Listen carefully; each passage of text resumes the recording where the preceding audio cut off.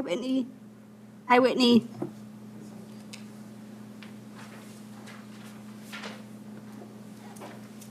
Somebody there half-baked. Can you see us, Whitney? Hey, we're good. Go ahead and call the meeting to order. Everybody get a chance to review the agenda? We can have an approval of the agenda. I would move to approve. Okay. I'll second. Okay. All those in favor? Aye. Opposed? Okay. And minutes from the last meeting? Everybody get a chance to look over those? Which are November. It Well, has been a while.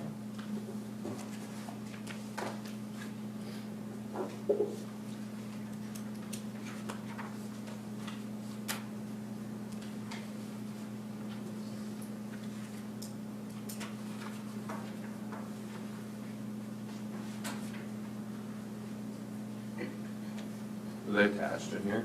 they are not They were attached. sent out early, after. Gotcha. Amy sent it out immediately after the meeting.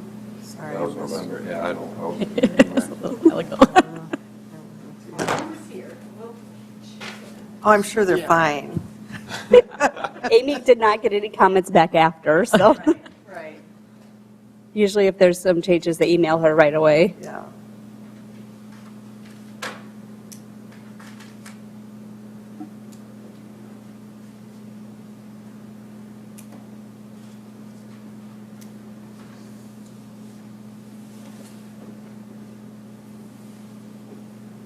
You waiting?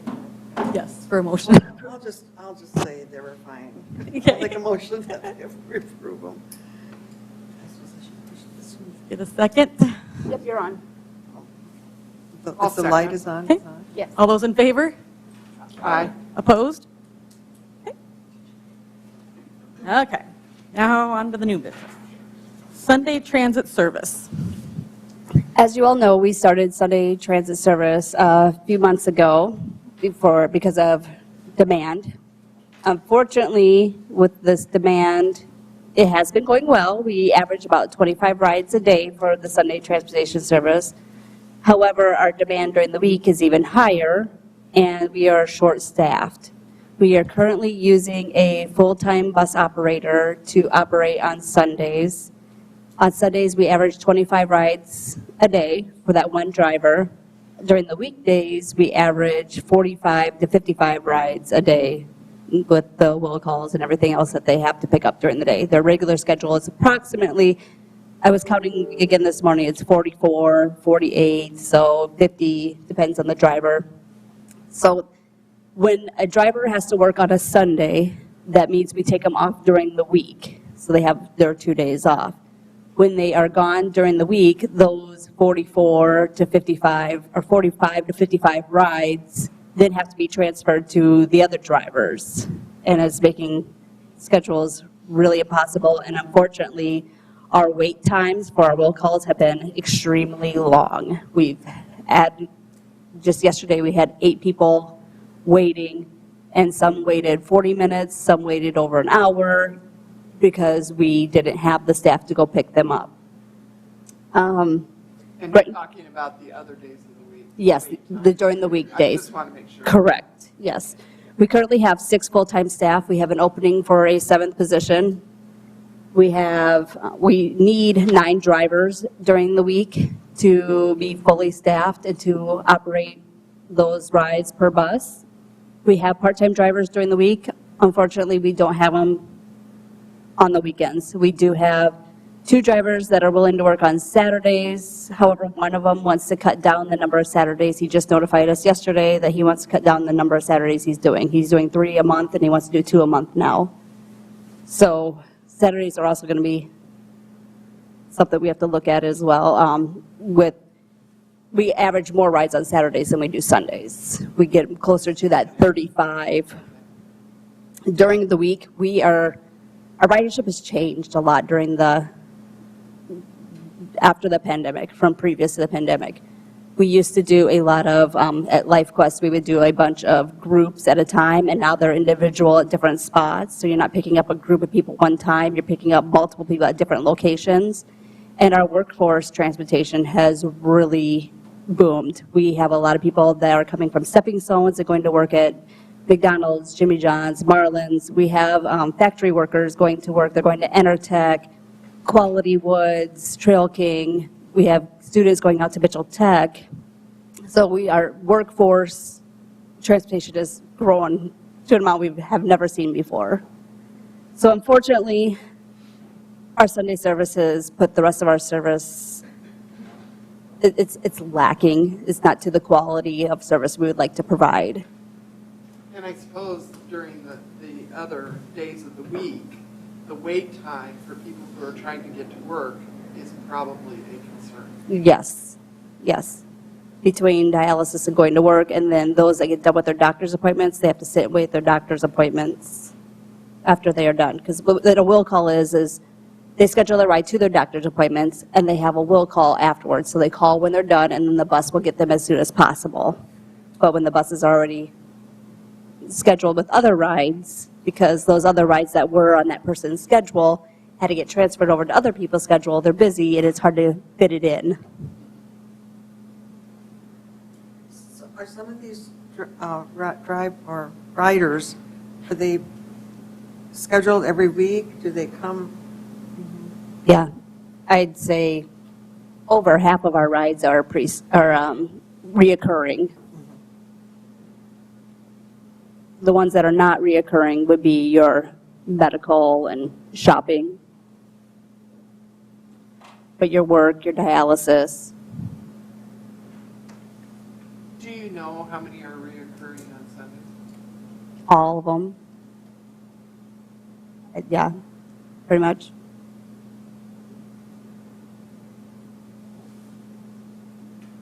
And those 25 rides is to church and back. That's what I Mm-hmm. assumed. Yep. I think we have one for employment on Sundays, and that's a will call. I'm not sure. It's just that one. Do you have any applicants for the job openings, or? We are reopening the position, Okay. the full-time position. And you said you were short of One full-time, and we would like 3 more part-times. My suggestion is to temporarily suspend Sunday service until we can get a part-time employee who is willing to work on weekends. That has been our struggle, is finding employees who want to work on the weekends. Because I do feel Sunday service is very important. But it's affecting our quality during the week.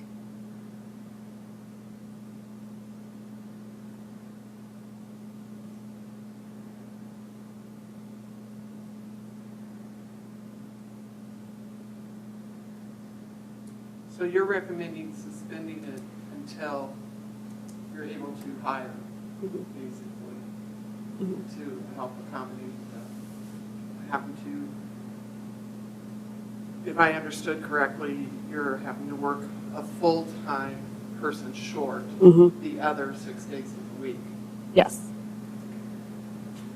So until you can employ and compensate for that. Right. And actually, we're 2 full-time behind because we have a full-time opening.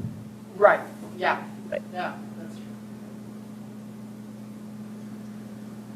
So then if we do cut it off now, would we have to meet again to reinstate it, or could it just go back into effect whenever you get hires? If you make that motion to do it that way, Okay. we can do it. Just so that it would go right back in?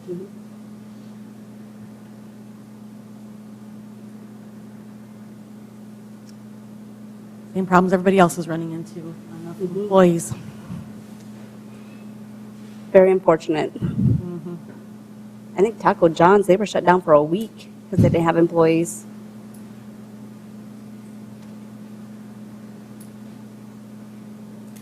Yeah, and a lot of the restaurants were doing like 11 to 7s instead of the morning shifts. I tried to cook breakfast, and that was kind of a problem for a while. It's going to be open. If you suspended, would you incorporate a notification to those? Yes, we would contact every, Would you suspend it right away, or would you like give them a week? We would give them the week, yep. So they can. yep, we would give them, because we already have it scheduled for this week, and, no, there's just this week. We have it scheduled for this week. We have a staff already scheduled. So we would give them at least this weekend, and Right. Well, I would make a motion to suspend Sundays until you're able to employ either a part-time or a full-time. okay. Your discretion when you can re-implement the Sunday ride and be able to re-implement that without another meeting in motion. Does that make sense? Okay. Yep.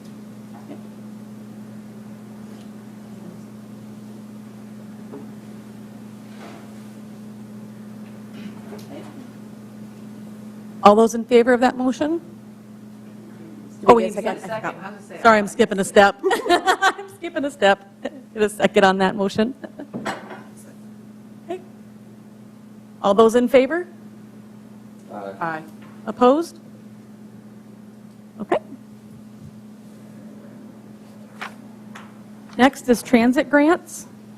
So in your packet is a list of transit grants that have been approved by City Council. I was just going to go through each of them and explain them to you. The first one is software for $50,000. That's our annual software contract that we have for dispatching the buses. And that's something we have to pay anyway, so it's nice that we can at least get $40,000 out of it through the grant funding. The next one is vehicle cameras. We did get the new vehicle cameras installed on the buses, but this is for additional cameras in the future to add one looking out front. The next one is for hardware, and that's to upgrade our current tablets that are on the bus that dispatch and route for the buses. The current ones are, they're terrible. They're really bad. We have shutdowns on them. We have to restart them all the time. Trips are not going through. Our radio systems run through the tablets as well, and the radios aren't working, so the drivers have to come in and get a handheld. So we have Andrew, our IT person, looking at getting our new tablets, so that's exciting. Another exciting one is for facility improvement. Right now, at a bunch of the city buildings, including the JVZC, we have key cards, and it's access to get into the buildings and our offices. We're going to add these key fobs to the bus garage, which will be great because when we have employees that leave, or we don't have to worry about getting keys back and changing keys, we can always just do everything activated through the card. So that's exciting. That's also what they use to get into the gate to get into the bus yard.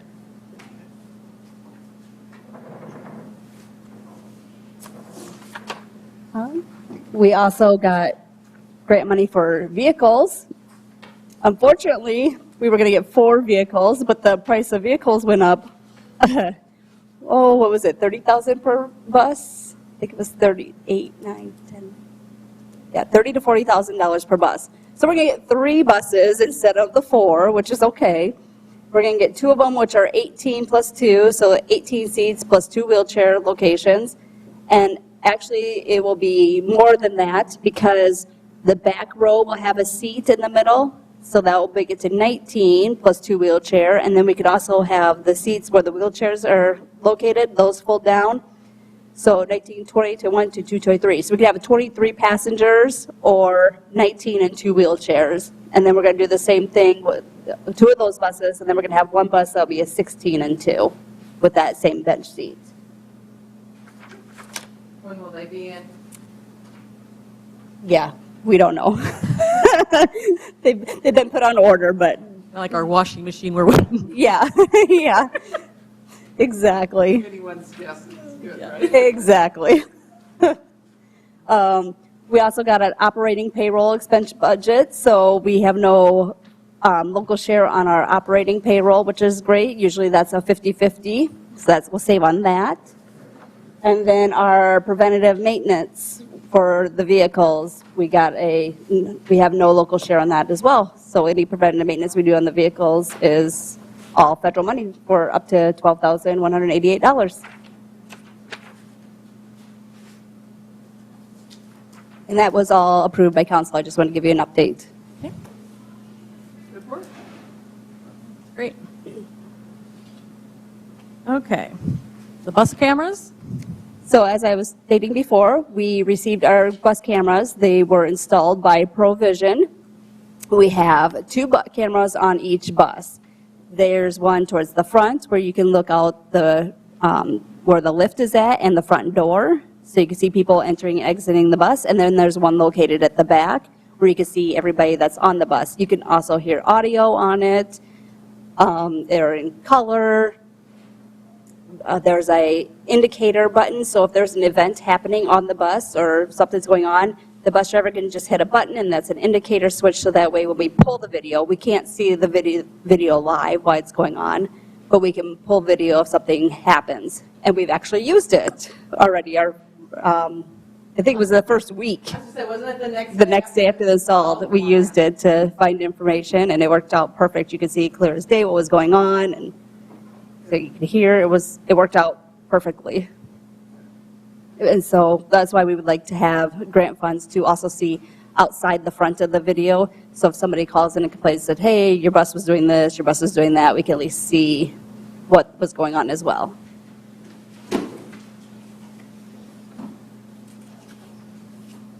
Okay. Transit Asset Management Plan. So in your packet, this is the information from the South Dakota Department of Transportation. We are required to participate in a transit asset management plan.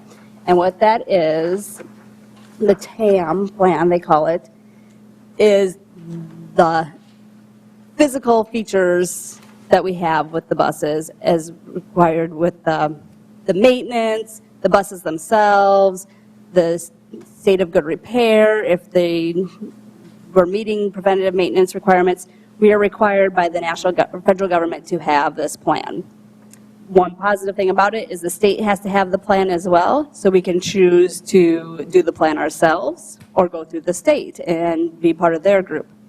We decided to go through the state. It's a lot easier, and it doesn't require the funding to do it, so we are part of the state. We have software that we use.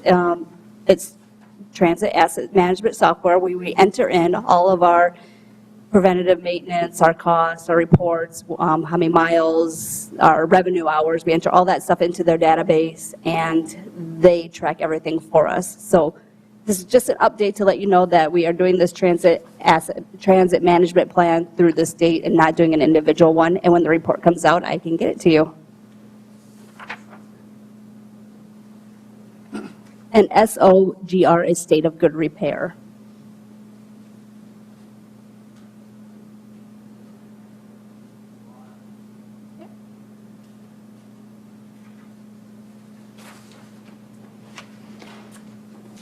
Questions on that, or?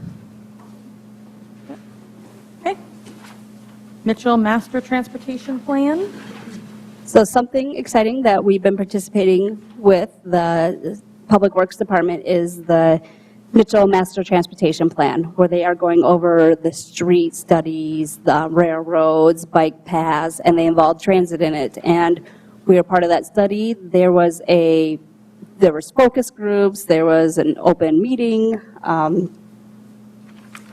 there was a survey, questionnaires that were sent around, and the steps for it is, step A was the baseline conditions analysis, step B was standard development, where they went over the major street plans, bicycle and pedestrian plans, our transit plan, pavement management access, traffic signal system plan. They're going to go over the future needs, where they talk about intersections and corridors, traffic signal projects, bicycle and pedestrian projects, pavement preservation projects, transit, freight, airway, wayfinding, gate projects. And then we'll get to, now that we've completed those, we'll go through the implementation plan, and then they'll give us a final report. I believe we're still in Part C, correct? Yeah. Part C is the future needs analysis is what they're going through. But we're excited to get some of that information and be a part of that plan. It was great that the City Council approved us to be part of that. So if you have questions, there is a link on our website. I was just going to ask. Yep, everything is located on our website. There's online, are they still taking online No, comments? the comment period closed on that 15th, the end of that week that we did it. So Okay. there might be another period coming up when they get through farther into the plan, but the initial comment period is through. If you do go to the website though, you can actually walk through the online meeting that was similar to anybody who came to the in-person meeting. And it gives a whole lot of useful data, like you can see what routes people travel in town the most, where they come from and where they go to. You can change it by the day of the week, the time of the day, and you can kind of see how that traffic fluctuates throughout the community based on those parameters that you set in the data. So, And they showed accident location yeah, they did. points. They show where the accident points are, where reported concern areas are. The thing, not to talk forever on here, but I guess the thing that surprised me, and Stephanie Elwine, City Administrator for the City of Mitchell, the thing that surprised me the most is seeing the amount of traffic that we have that are using Foster on a daily basis. You know, Monday through Friday, at some points in time, it had higher traffic counts than Sanborn. So, I mean, it's you know, certain times of the day, like when people are going to school and work and that kind of thing. So there is a whole lot of information there to look at. I would encourage everybody to at least go through that online programming of the online meeting and take a look at that. And we'll continue to put more information out there as the project progresses. We do have a meeting tomorrow, so we should know more at that point. So. Random, there you go. And the state was involved in this as well. It was very nice having the state involved and The state actually does this with other counties and cities across the state, and one of the reasons why the City of Mitchell wanted to have this done is the traffic counts and the information that they gather, you need that in order to do grant funding and other items. So, you know, in the future, if Jessica has an opportunity to apply for a grant, you could use the data that comes out of that transportation study as part of that application as well. And there might be other community members that could use the information as well as what they're doing. I was just going to ask what the benefits are of having the information, so you answered that. Yep. And the same for the Forward 2040 that we did. We use that information for grant applications as well.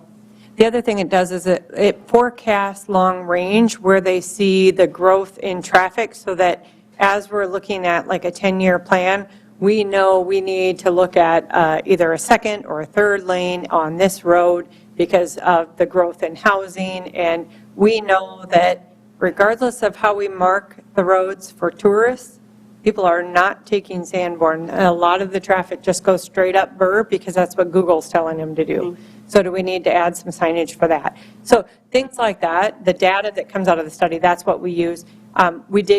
We've gotten GOED grants in the past for businesses coming to town or industries opening for doing infrastructure work. Sometimes it's access roads and stuff like that. You have to have all that traffic data before you can even apply for the grant. So instead of having to go out and do a spot study, we already have all the data. Thank you.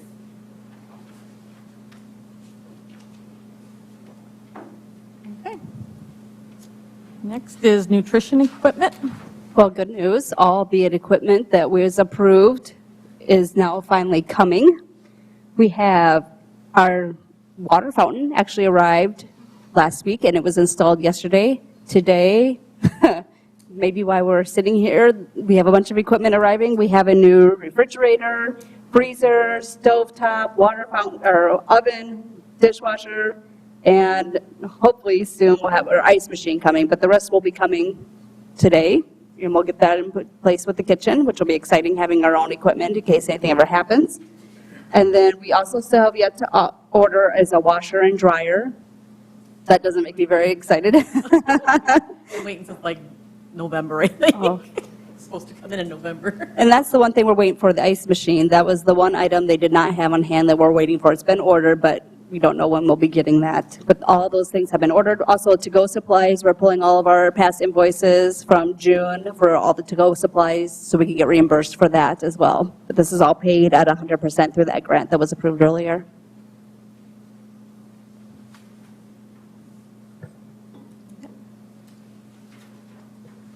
Next is the Hunger Flakes results. Okay, I got that. So our original goal was $7,840 because we had 98 names for the snowflakes, and we ended up collecting $14,195. So, which we sent out cards and whatnot, and we used throughout the year also. And actually, right now, I have more clients that can't afford meals than we've ever had in the past. So I keep stressing to everybody that we still need donations all year long, because that money will run out, so. I'm sorry, what was the goal? It was 7,840, And that's enough for one ticket, one ticket. which is 20 meals, Pretty much 1 month. 1 month, yep. And you raised 14,000? Yep, Mhm. yep. Awesome.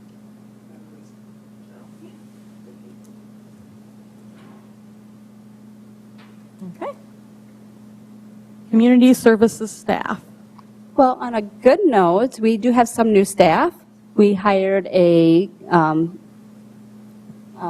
janitor, and his name is Tony, and he is doing a fantastic job. Our building looks great and clean again. He's working in the mornings. And we also have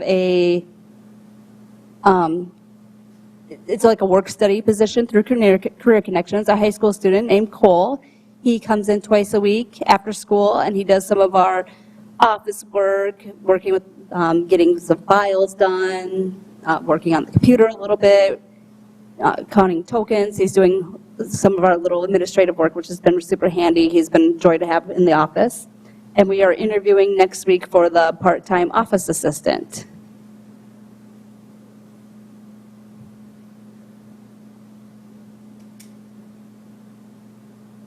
Yeah.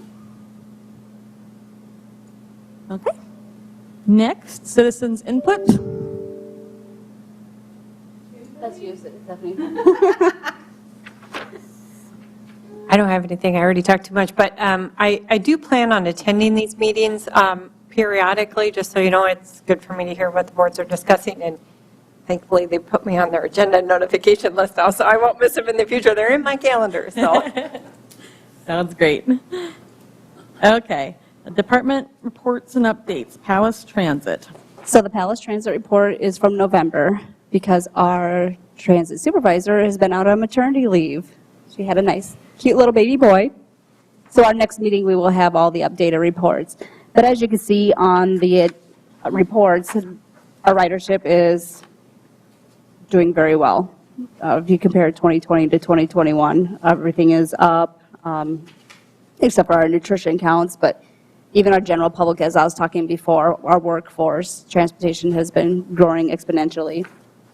And then also in the packet, we show a comparison from 2019 to 2021.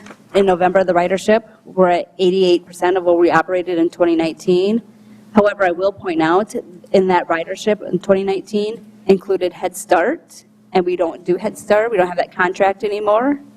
And that's one less driver as well. So if we take out Head Start, we are back at 100% of ridership.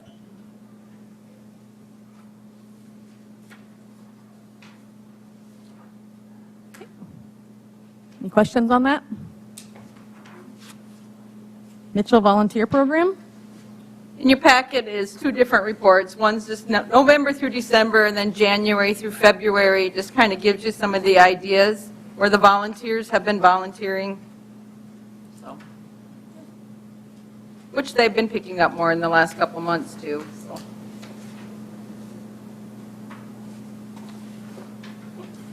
And we do take volunteers 18 and over, so if anybody's ever interested. And I actually was just working with DW to placed a bunch of their students, so yeah, that came to us, so yeah. And Starbucks. And Starbucks, yeah. And Starbucks employees. Yeah. They wanted to do some community work, so. Next is adult nutrition. Okay, so since we haven't had a meeting for a while, you got multiple months in there. You got November, December, January, February. But if you go to February overall, you can see we're actually down to our projection, 1,419 meals just had a lot of clients that passed away, Did. a lot. Or they've moved to nursing homes. So we still encourage, we try to get the younger ones in there. So, lunch hour, we still like at the James Valley, we have the range to try and get people to come on their lunch hour, pick up a meal. Our second meal program, the frozen meals are still really popular. These little frozen ones are handy. They are. Yeah, we almost can't get them in fast enough. I'm sure you can. Okay, any questions or anything else on that? James Valley Community Center. So it's exciting having Kim back. I should have added that to the employee list. Kim Berg, our activities coordinator, is back, and she has been doing all kinds of fun activities. I'm trying to find my calendar here. Here it is. She's been doing bus trips again, and our bus trips are extremely popular. They went to Pier.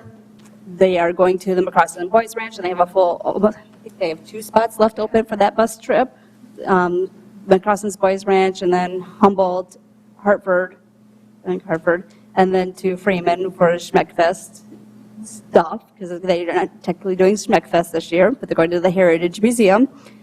Kim has also started up dances again. Our last dance had 77 participants. Does that sound what she said? Yeah, and the difference is we tried them on a Sunday afternoon. Yes.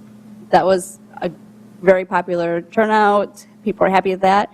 Our pool players are busy. We have lots of card players coming in. It's fun seeing all the people that are coming into the center, and I attribute a lot of that to Kim getting all these things up and going again. She has a fashion show coming up again. That fashion show was always popular before COVID. So we have that coming up. Our quilters are busy. She has a St. Patrick's Day party. She had a Valentine's Day party. Bingo has been doing very well. Things are really picking up. It's fun. You have your little pool table groupies back there. You though. do. You do. They had a pool tournament, a billiards pool tournament. Great turnout for that. They had so much fun. They actually had a viewing area by the pool tables where they set up chairs, and people were there watching the pool players play their pool tournament. And Good. Okay, anything else anybody has to add to the meeting? Next meeting date? Hopefully not in 4 months, right? yeah, hopefully not 4 months. That COVID just did not hit our department very well, did it? It would be April 14. 10 in the morning. Yes. Right here. Okay, thanks everybody for coming. I'll adjourn the meeting. Thank you. Thanks, Whitney.